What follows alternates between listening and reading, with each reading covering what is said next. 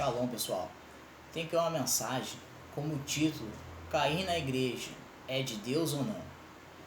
É emocionalismo? É demônio? O que é? Cair, dançar, rodopiar, falar alto no culto é de Deus ou não é de Deus? Então vamos na Bíblia, certo? Existem três formas de nós sabermos se é de Deus essas coisas ou não. E a primeira forma é ter o dom de discernimento de espírito. Ou seja, o Espírito Santo te dá um dom, uma capacidade de tu saber se é de Deus ou não. Que está em 1 Coríntios 12, do 8 ao 10. Pelo Espírito, a um é dada a palavra de sabedoria, a outro pelo mesmo Espírito a palavra de conhecimento, a outro pelo mesmo Espírito é outorgada a fé, outro pelo único Espírito dons de curar, a outro poder de operar milagres, e outro profecia, a outro discernimento de espírito, a outro variedades de língua, e ainda a outro a interpretação das línguas. Então nós precisamos ter o dom de discernimento de espíritos, aí nós podemos saber se é de Deus ou não. Então isso é uma das formas de saber se é de Deus ou não.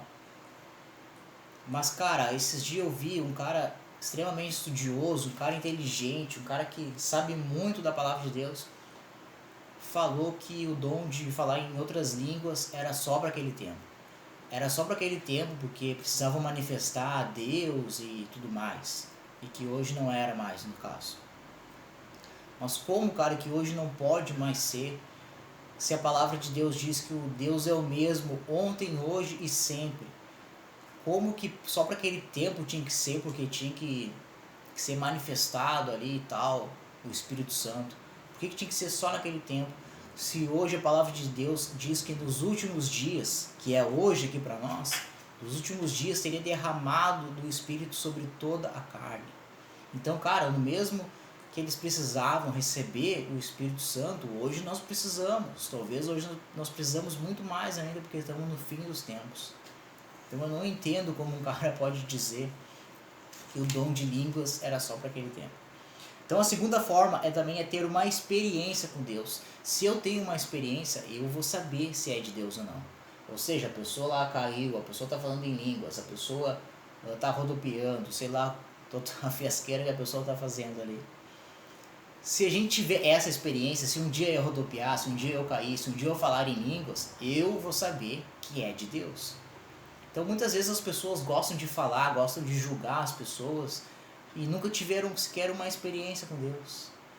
Então nós precisamos ter uma experiência com Deus para nós sabermos também se é de Deus ou não.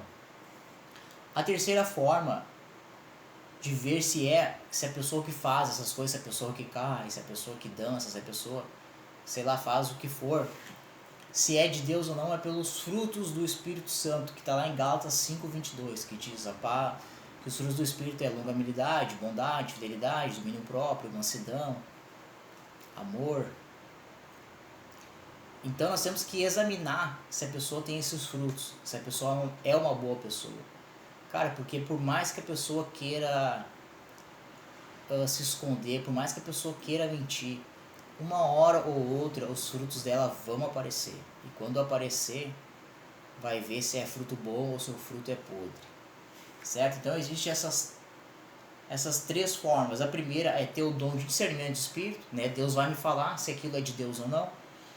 A segunda forma é ter uma experiência com Deus, né? Algo que eu posso experimentar. Se o dia eu experimentei e eu ver aquela pessoa experimentando, eu posso dizer, é de Deus, porque eu já experimentei. E quando a gente experimenta algo de Deus, Deus confirma que é de Deus, pode ter certeza. E não é uma nem duas vezes que Deus vai confirmar para ti que é Ele mesmo. E a terceira forma, então, é ver se a pessoa se condiz com os frutos do Espírito Santo, se a pessoa é uma pessoa realmente boa. Então, meus queridos, nós temos que examinar essas três formas sempre para saber se é de Deus ou não. Porque vai que seja o Espírito Santo fazendo aquilo na vida da pessoa e a gente diz, isso é emocionalismo. Ou pior ainda, a gente diz, não, isso aí é demônio. Isso pode ser uma blasfêmia contra o Espírito Santo. Se for o Espírito Santo fazendo aquilo e nós dissermos que é demônio, nós podemos estar blasfemando contra o Espírito Santo. Que diz lá em Lucas 10, Jesus mesmo fala, se blasfemar contra mim, se blasfemar contra o Filho do Homem, será perdoado. Mas se blasfemar contra o Espírito Santo, eu digo que não será perdoado, nem agora e nem depois. Então, o que é blasfemar contra o Espírito Santo? A palavra blasfêmia quer dizer palavra, expressão ou afirmação que insulta ou ofende o que é sagrado. Está em Mateus 12, 22. Vamos ver o contexto, né, que Jesus está falando. Então, Mateus 12, 22 diz: Depois disso, aconteceu que lhe trouxeram um endemoniado, cego e mudo, e ele o curou de modo que pôde falar e ver. Aqui na primeira eu já pergunto para você, será que Jesus fez um fruto bom aqui ou um fruto mau? Uma pessoa que não enxergava e que não podia falar, agora Jesus fez algo, fez pelo poder do Espírito Santo isso, e a pessoa pôde falar e ver. Será que isso é uma boa coisa ou uma má coisa? Será que isso é um fruto bom ou é um fruto mau? Versículo 23. Então toda a multidão ficou atônita e exclamava: É este porventura o filho de Davi? Mas os fariseus, ao ouvirem isto, murmuravam: Este homem não expulsa demônios senão pelo poder de Beelzebul, o príncipe dos demônios. Ou seja, Jesus estava fazendo algo de Deus, manifestando algo do Espírito Santo, e ele estava falando que não era o Espírito Santo, que era demônio. Entretanto, Jesus compreendia os pensamentos dele. Jesus sabe nossos pensamentos. E lhes afirmou: Todo reino dividido contra si mesmo será arruinado, e toda cidade ou casa dividida contra si mesmo não resistirá. Se Satanás expulsa Satanás, está dividido contra ele próprio. Como poderá então substituir o seu reino? Ou seja, se eu estou expulsando demônio por demônio, ele está dizendo aqui, se eu faço isso, é o Satanás contra Satanás mesmo. Como é que Satanás vai expulsar o próprio Satanás? Vai estar guerreando um com o outro? Não pode acontecer uma coisa dessa. Aí vamos pular pelo versículo 28. Jesus continua: Mas se é pelo Espírito de Deus que eu expulso demônios, então verdadeiramente é chegado o reino de Deus sobre vós. Agora vamos lá para o versículo 31. Portanto, eu vos assevero, todos os pecados e blasfêmias serão perdoados às pessoas. A blasfêmia contra o Espírito Santo não será perdoada. Versículo 33 agora. Ou fazei a árvore boa e seu fruto bom, ou a árvore má e seu fruto mau, pois uma árvore é conhecida pelo seu fruto. Certo? Então, de novo aqui, né, os frutos, né, nós vamos ser reconhecidos pelos frutos.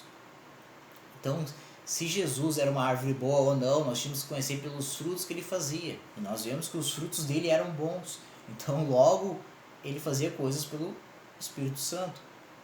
Aí ele fala: raça de víboras, como pode falar coisas boas sendo maus? Pois a boca fala o que o coração está cheio. Versículo 36 agora. Por isso eu vos afirmo que toda palavra fútil que uma pessoa disser dela, deverão prestar contas no dia do juízo, porque pelas tuas palavras será absolvidos e pelas tuas palavras será condenado. Ou seja, o que eu falar pode me trazer condenação, tanto como o que eu falar pode me absolver. Ou seja, quando nós cremos com o coração e confessamos com a boca que Jesus é Filho de Deus, nós somos livres do pecado, né? Nós somos salvos por Jesus. Se com a boca confessares, então as minhas palavras podem me trazer vida, como podem me trazer condenação. Se eu disser que é demônio, algo que é do Espírito Santo, e se eu falar, isso pode me trazer condenação também. Então nós temos que ter muito cuidado com as palavras que saem da nossa boca. Se nós tivermos dúvida, então, não sei se é de Deus ou não, será que eu estou blasfemando contra o Espírito Santo? Se eu tiver dúvida, eu não estou blasfemando. Porque em Efésios 5,10 diz: aprendei a discernir se é agradável ao Senhor. Ou seja, temos que examinar se é agradável ao Senhor ou não. Em 1 Tessalonicenses 5,21 diz: mas examinai todas as evidências e retende o que é bom. Ou seja, eu vou examinar de novo se é bom ou não e vou reter para mim só o que for bom. Como eu estou falando aqui coisa para vocês, as bobagens que eu estiver falando vocês não retêm, mas as coisas boas que forem edificar a vida de vocês, vocês peguem e fiquem para vocês. Vocês têm que reter o que é bom. Certo? Então, não sei se eu blasfemei contra o Espírito Santo ou não, e agora, porque acho que um dia eu falei que era demônio, aí eu não sei.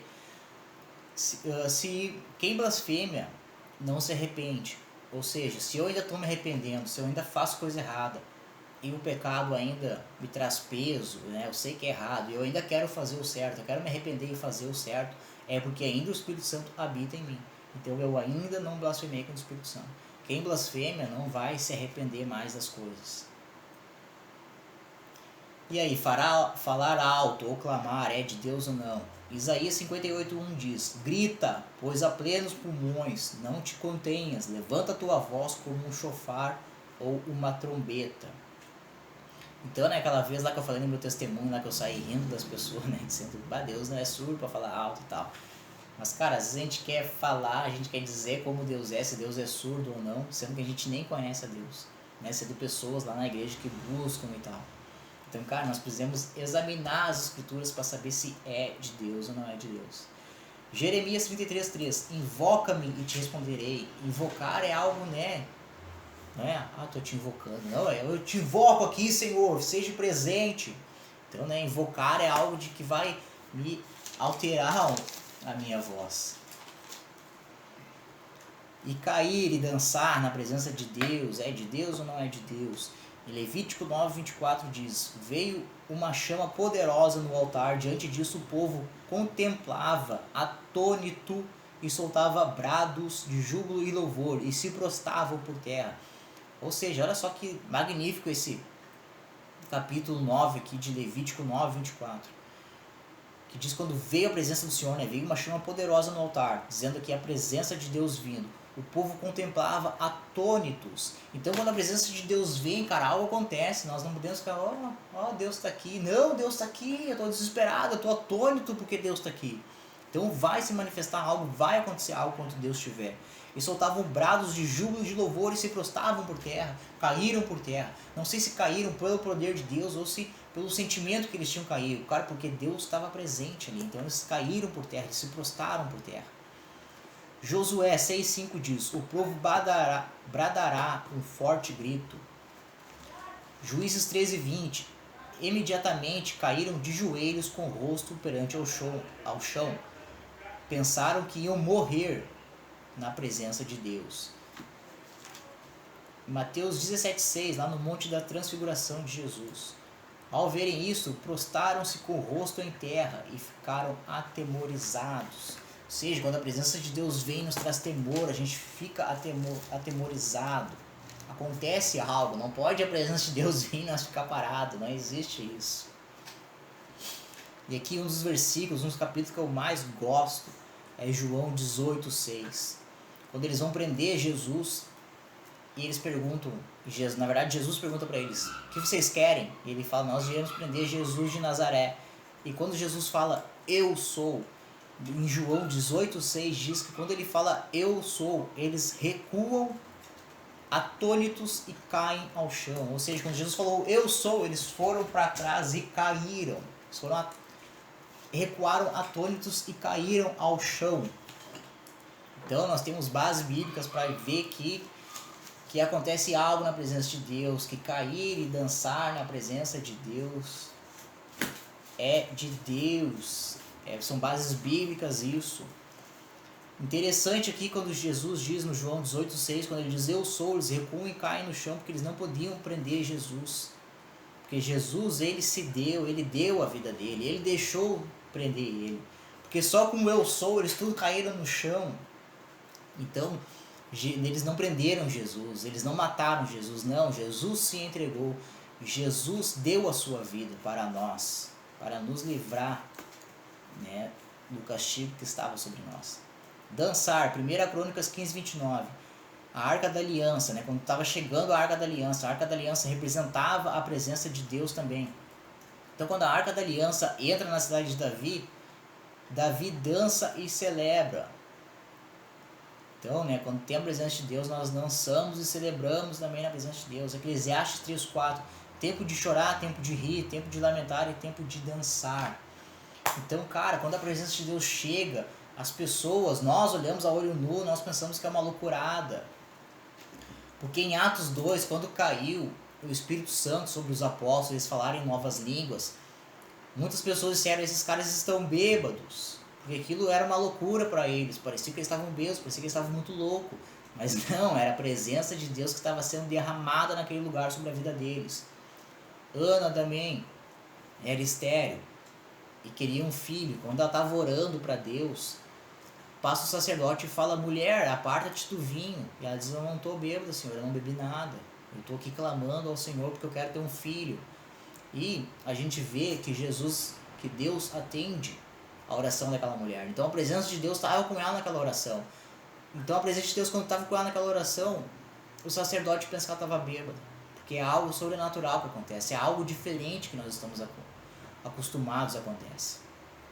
E ela teve o filho, que nada mais nada menos que foi Samuel, o profeta Samuel. Em Jeremias 23, o profeta diz: sou como um bêbado vencido pelo vinho por causa de tuas santas palavras. Ou seja, né, eu estou bebendo essa palavra aqui, eu fico louco. Eu estou entendendo isso aqui, eu fico louco. Eu fico como se fosse um bêbado.